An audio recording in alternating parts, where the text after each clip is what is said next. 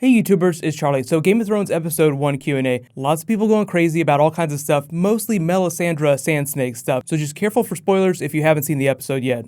There were a couple questions that everybody had, so I'll just answer those up front first. Melisandre's choker is part of her glamour. It requires a physical object, but glamoring and masking someone's appearance are two different things. As you saw, it's a very powerful form of illusion, so it's like, wait, the time that Stannis and Gendry had sex with her, does that mean that they were really having sex with an old woman? No, it doesn't really work that way. Glamour is actually much more powerful than that. It actually physically changes her body. So when they were having sex with her, they were actually having sex with this person right here physically. And in reality, she's ancient, but physically in this moment when she's wearing this glamour, she's a young person. So one other really big example of this in the books during Dance with Dragons is when she glamours Mance Rayder and you get into the Pink Letter storyline. Now because they might do a version of that on the TV show, I don't want to get into that too much, but her taking the glamour off at the end of the episode isn't really evidence that her power has gone away. She probably does that every once in a while, but I know a lot of you asked about clues in the book that say that, maybe she doesn't sleep at all. So why is she sleeping if she's not supposed to be sleeping at all?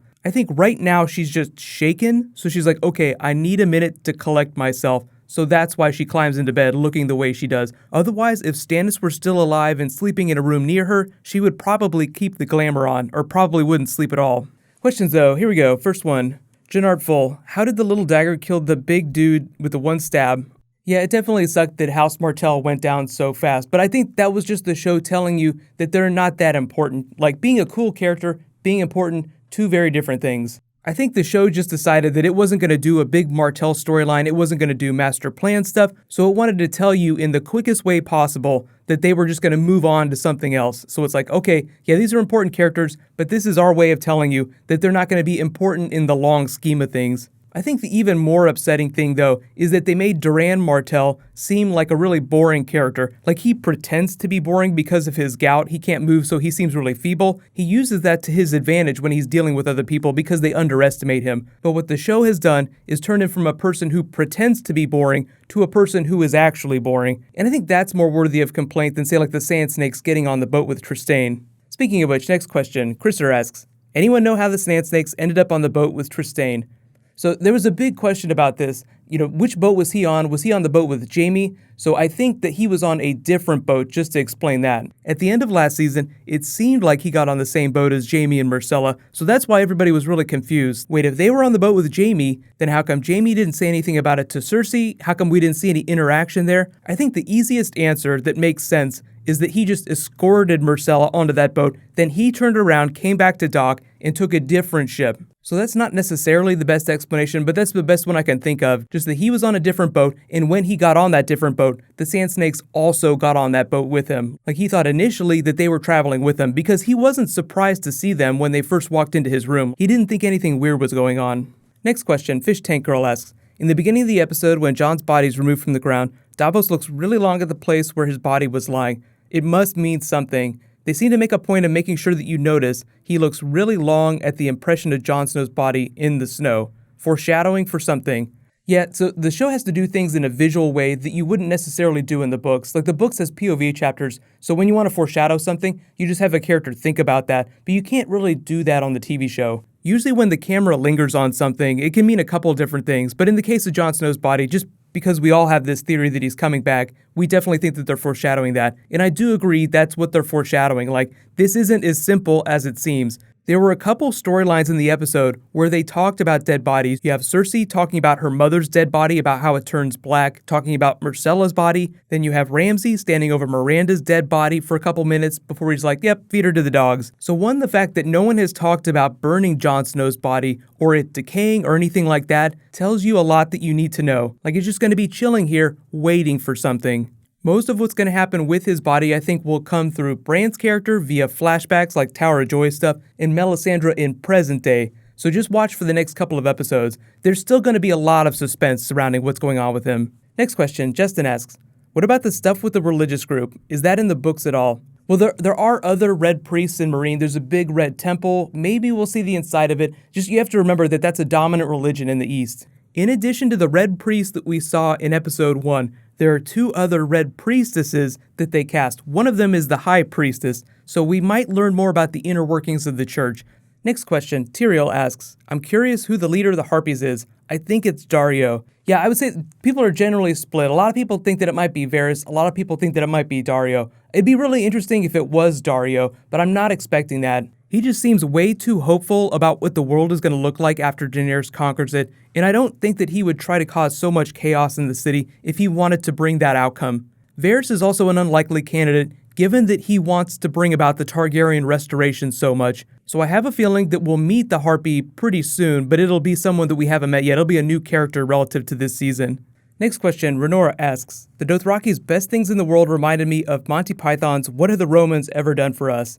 Yeah, that might have been what they were going for. If you remember in season 4, they actually had another Monty Python reference. It's a really deep Easter egg because you would have had to have been able to speak High Valyrian to understand what he was saying. But when the knight rides out and is taunting Dario, he's actually speaking the Frenchman's taunts. He's doing that bit for Monty Python in High Valyrian. Like they translated Monty Python into High Valyrian, and that's what he's shouting when he's shouting at Dario here before Dario takes him down. So yes, I totally believe they're doing a version of that with these Dothraki. But what have the Romans done for us is just a bit where it's like, the Romans suck. Well, yeah, but they did build the roads, and they did do all these other things.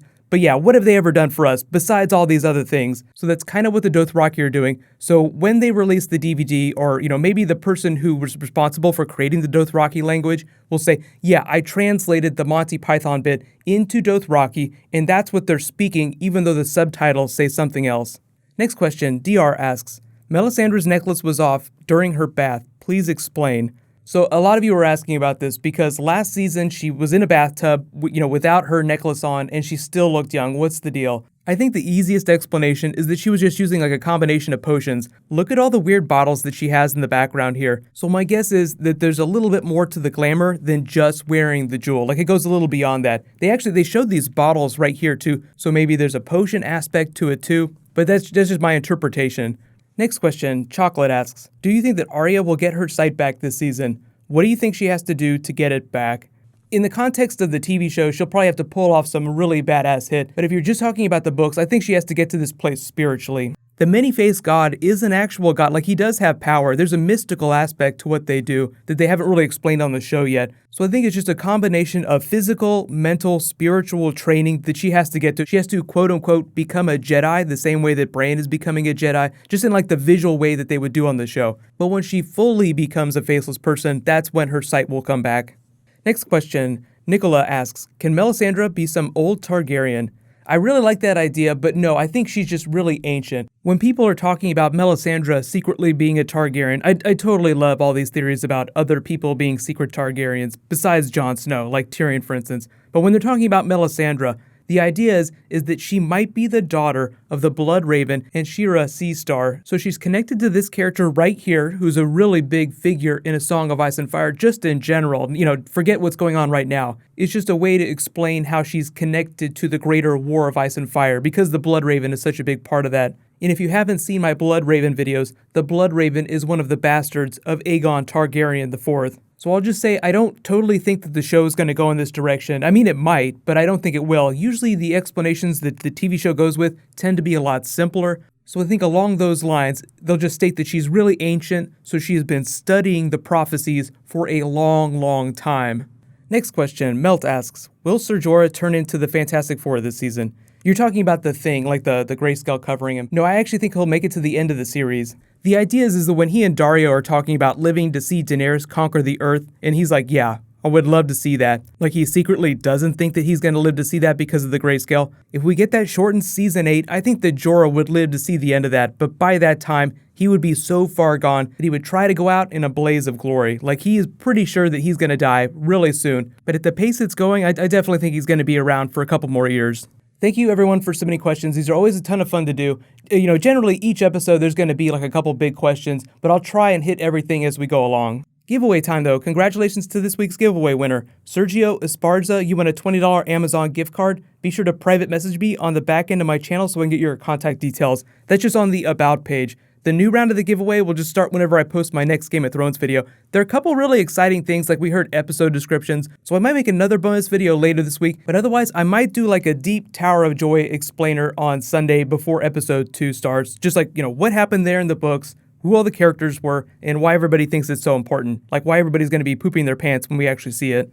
While you guys wait for my next video to post, you can click here for my episode 1 video, and you can click here for all the season 6 trailers. Thank you so much for watching, everybody. Let's high five. I'll see you guys tonight.